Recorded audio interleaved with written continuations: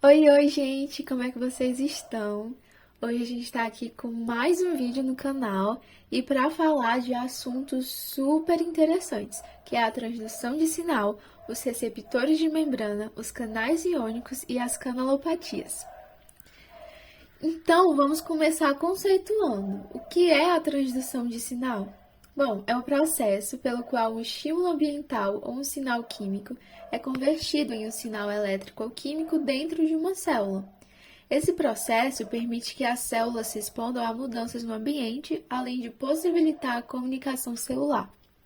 Mas como é que ocorre essa comunicação? Como é que as células se comunicam umas com as outras? Primeiramente, as células liberam moléculas sinalizadoras extracelulares, as quais ativam o receptor de membrana, alterando moléculas intracelulares, para, por fim, gerar uma resposta. Essas moléculas de sinalização podem agir de diferentes maneiras, a distâncias curtas ou longas, pode requerer um contato célula a célula ou somente uma proximidade estreita, mas sem um contato direto, sabe? Então, como a gente pode ver nessas imagens, na imagem A, por exemplo, vão ter momentos que o contato vai ser obrigatório. Só que nem sempre. Na imagem D, a gente já vê que não há um contato direto, certo?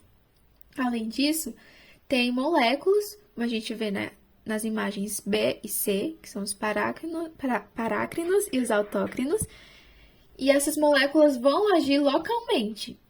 Só que existem outros tipos que vão ter uma ação distante do local onde foi liberado, como a sinalização sináptica na imagem D, que é quando há uma liberação de neurotransmissores que afetam a função de outras células, sejam elas nervosas ou não, e vão agir longe do corpo celular do neurônio. E também a ação endócrina, os hormônios, que quando secretados no sangue, são amplamente distribuídos para diversas partes do corpo, distantes do local onde foi secretado, por exemplo. Então, a gente percebe uma grande variedade de ação das moléculas sinalizadoras. E tendo tudo isso em mente, a gente vai ver que o padrão básico de uma via de transdução de um sinal biológico pode ser desmembrado em alguns eventos.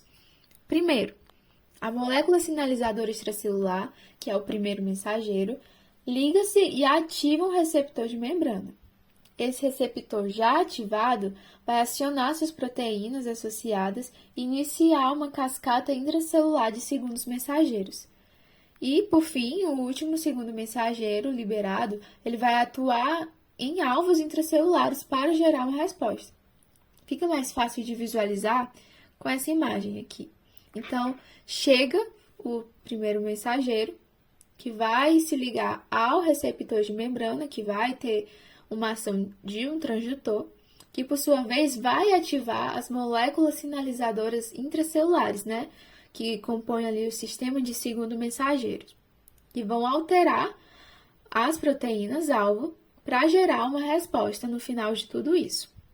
Ok, falou-se muito desses receptores de membrana, mas afinal, quem são esses receptores? Bom, eles são proteínas localizadas na membrana celular, cujas funções são reconhecer e se ligar a moléculas específicas, conhecidas como ligantes. Ou seja, assim como o transdutor de rádio vai converter ondas de rádio em ondas sonoras, as proteínas de membrana atuam como transdutores, pois elas transformam a mensagem de sinais extracelulares em moléculas de mensageiros intracelulares que iniciam a resposta em questão. E é importante salientar também que os receptores vão ser específicos para os seus ligantes. E os receptores de membrana podem ser divididos em 4 classes, que são os receptores acoplados à proteína G, os receptores ligados a enzimas, os canais iônicos dependentes de ligante e os receptores nucleares.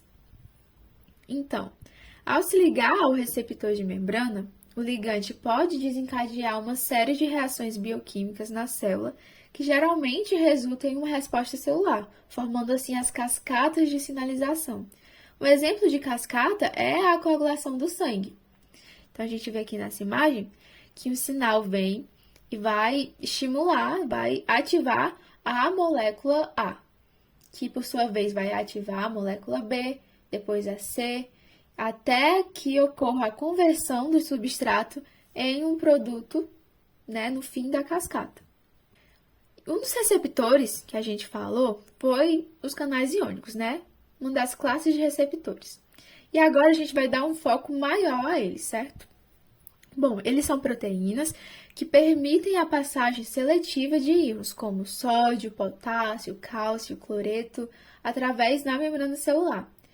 E esses canais são responsáveis por gerar e manter o potencial de membrana eletroquímico, que é uma diferença de carga elétrica entre as faces interna e externa da célula.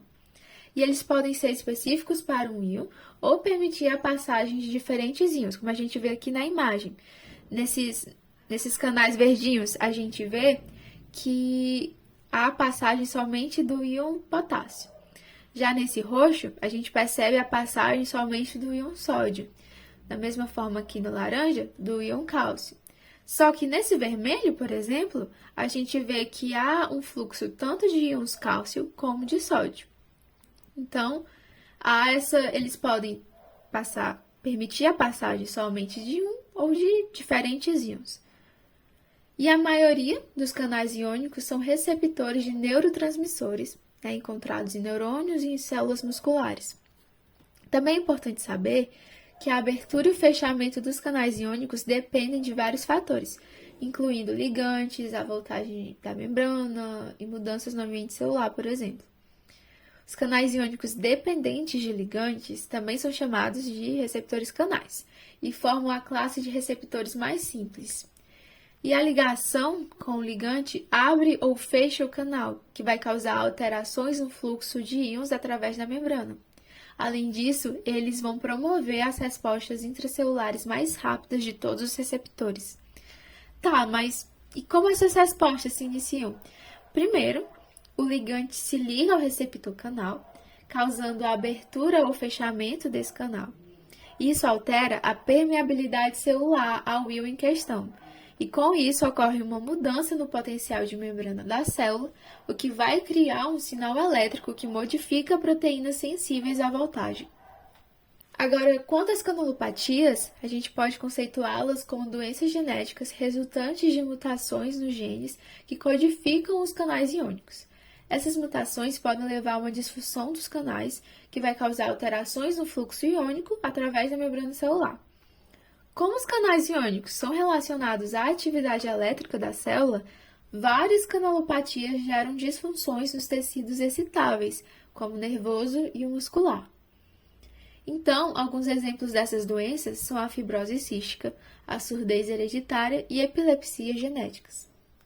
Então, essas foram as referências que a gente utilizou e eu queria pedir para vocês ficarem de olho no canal e no Instagram do Faciologia, que tá vindo muito conteúdo bom por aí, viu? Tchau, tchau, gente. Até a próxima!